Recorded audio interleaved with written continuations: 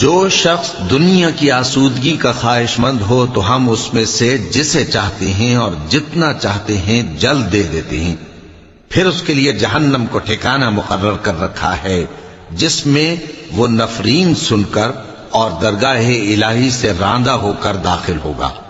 اور جو شخص آخرت کا خواستگار ہو اور اس میں اتنی کوشش کرے جتنی اسے لائق ہے اور وہ مومن بھی ہو، تو ایسے ہی لوگوں کی کوشش ٹھکانے لگتی ہے۔